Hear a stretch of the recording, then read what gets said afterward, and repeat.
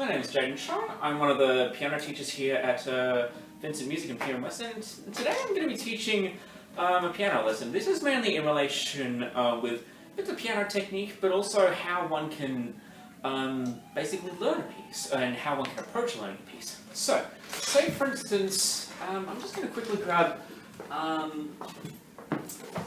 little bit. This is a little bit of an improvised moment happening here, but let's say for instance I'm learning a Chopin Nocturne. Let's see if I can grab Opus 24, which is, I'll grab the Opus 24 number 9, I believe it is. There's just people having singing lessons and warm-ups in there, so don't mind them. Let's have a look. So, the Nocturne goes like this.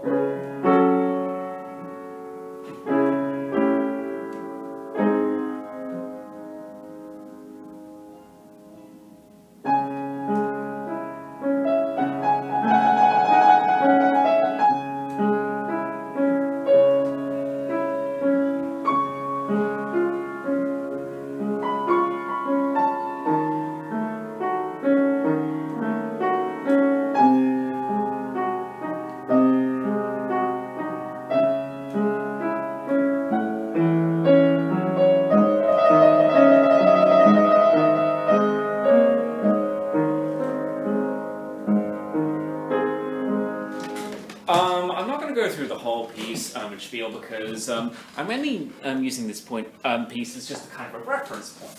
That particular Nocturne, it's a beautiful one, and it's easily one of the most famous of Chopin's Nocturnes, easily.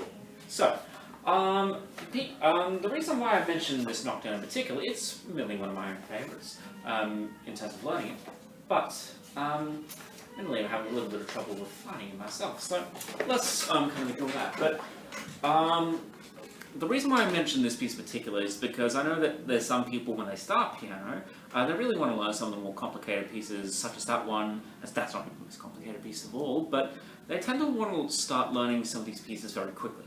And when they do eventually develop some of the skill set to learn these pieces, they tend to really rush in and try to do it typically with a very hands-together approach, but they miss out some of the subtle nuances of this piece. I'll see where I can find it. Nocturne in C sharp minor, Opus 27, pardon me, that was. And that's in page 90. So, yep, number 90. No, this is something different entirely. So C sharp. No, it was the 18th. Sorry, I'm half muttering to myself while I find this one. So, with this Nocturne in C sharp minor, there we go. I won't be able to completely show you all the music because I believe that this copyrighted version I will not be able to show you. But there are such expressive markings such as piano, pianissimo, lots of dolce, and lots of there's lots of crescendos, diminuendos, for instance, and lots of explicit notes in this edition, for instance, like tenutoed accents. And there is lots of tempo changes going throughout the piece. And this is very characteristic of a romantic period work, such as what Frédéric Chopin has kind of gone. But the reason why I mentioned this work in particular at all is just even in reference with the piece in terms of learning it, because it's very easy to do something even at a slow speed, to go try and push the limits of the speed, because one can go at a fast lento.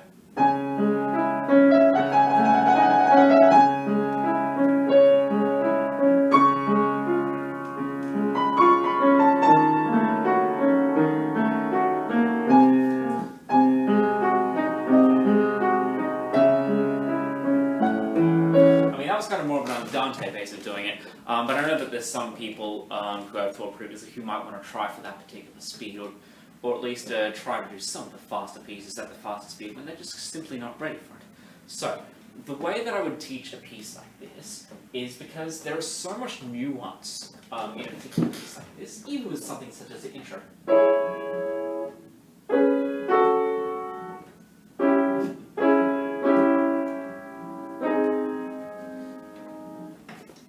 how I would go about this is just mainly chord by chord.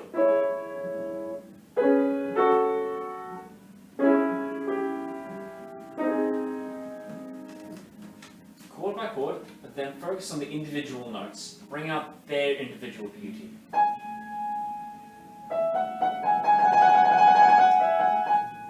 And then slow down when we see things like our dynamic beats, just a crescendo and then decrescendo.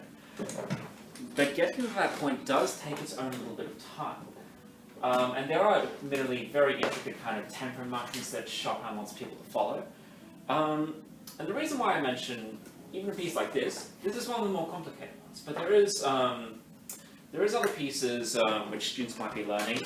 Say for instance Mozart's Minuet in F major. I can't remember how exactly it goes.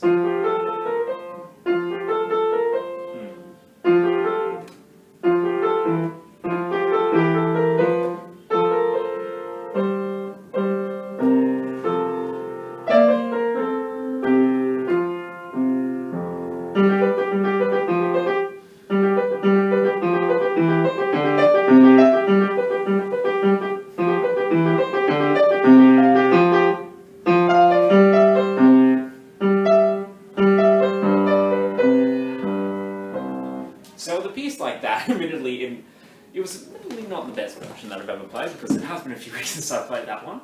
But when it comes to a piece like that, even with what you may have noticed just now, take into detail things like right hand movement.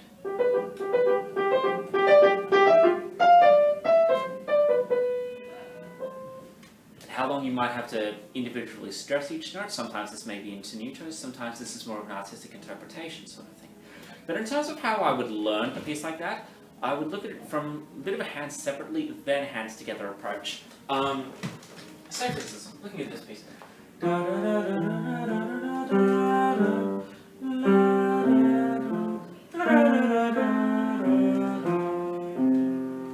don't have the music in front of me for this particular reference, but what I would recommend for that is go slowly.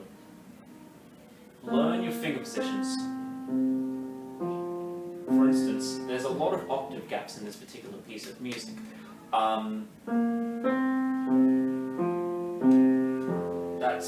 That's around 2 octaves right there, 2.5 octaves.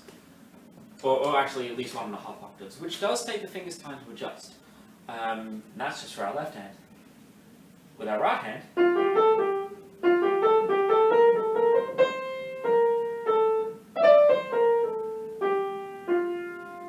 making sure we learn our correct fingering, admittedly that wasn't. But making sure we're learning our correct fingering, our correct dynamic levels that we associated with that one, and just making sure that once we do combine it, go a little bit slower. So there's a myriad of points that I'm kind of touching on here with even 2 different pieces. One of Mozart, one of Chopin. But the learning process that I would take into this is probably just the same. Start very slowly, and take into account your tempo. Don't go with the full speed just yet, because for me that's not a good idea. Because quite simply, if we go with the full speed just then, we're not actually learning the piece. We're basically putting ourselves for a sprint before we're actually ready to run. So if I were to learn something like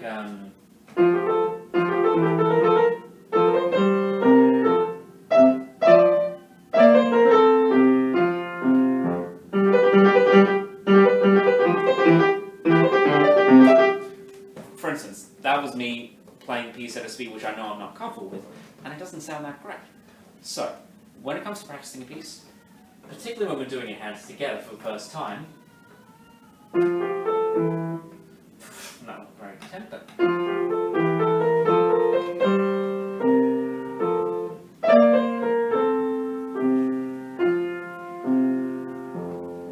Making sure that we do it at a speed which may be slower than that one, may be a little bit faster than that one, but nothing much more fast or really faster than that. Making sure that we really take the time to go at it slowly, because if we try to rush the process, it doesn't do us any good. As I said, it's kind of trying to sprint before you're ready to learn how to walk or even crack a jog. You know, that doesn't make sense. And when it comes to actively taking on and slowly pushing the tempo of a piece, we make sure that we do it in small increments. Why I mention that is one of the students that I've been working with at the moment. He's been working on several particular pieces, and there's some bits where we get it at a faster speed, but there's some bits where we're really kind of stuck at that same speed for the next little while, and that's very understandable. But in terms of how to kind of push that tempo, if it's a particular part that we're having problems with, like for instance, if we're going back to the Mozart here.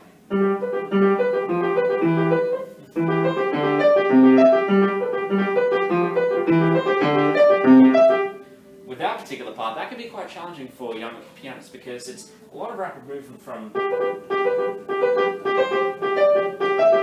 It's a lot of rapid movement in the right hand, and while there's not so much in the left hand, we need to be precise. And so thereby, with a section like that, we slow it down.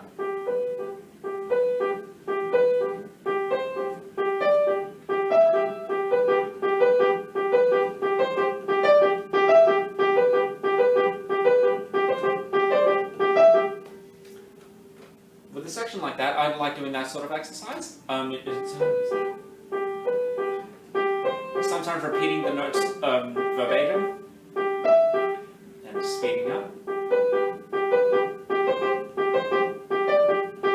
Or maybe just going at those intervals.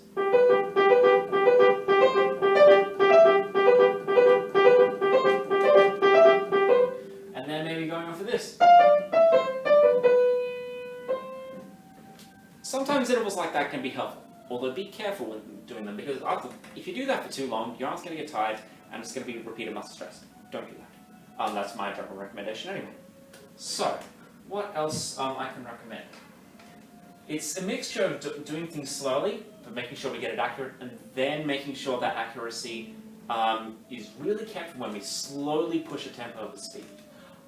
If we're trying to look at a particular piece, one of the pieces actually that my student is working on is a study. I can't remember what it's actively called. I know it's a study in C major, but here's how it goes.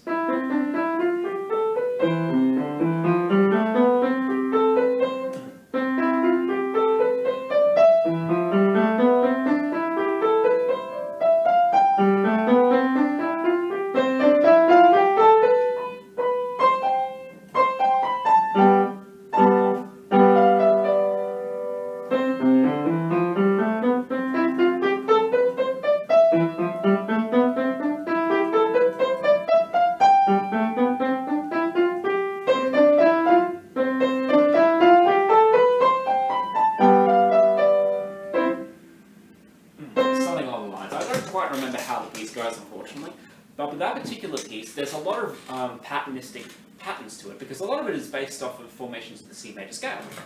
So in this particular case, so if I were to go from the beginning, it's kind of based on the configurations of the C major scale here, and then we're kind of and we're doing the same position from our E note, which is still kind of within the scale. And then we're kind of doing our G on that same position. And then we're doing hands together.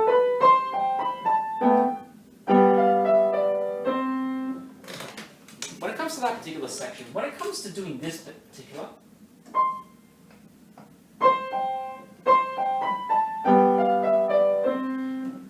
he tends to really slow down on this one, and so the recommendation that I have to him, if he wants to watch this one, but also just to any other people who happen to be listening to this one, make sure that because sometimes there's little bits in a piece that we won't be able to crack so easily, and that's fine. But what I will recommend is that when we practice this one, hands separately, and if there's a big gap with it, because we're going from a high C here to G and B here, in this particular case. I'll see if I can find the name of that particular piece, actually, because otherwise it's a little unhelpful to look at that particular piece at all. So I'll see if I can cite it later on in the description of this particular video. But With a section like this, sometimes we have to really judge our intervals. Sometimes we have to judge our intervals, and then we have to really go for them. And some of this is just purely a comfort thing, and it does take time. But go at it slow. Do not rush it. Don't go. Just go slowly, and then slowly get a little bit faster.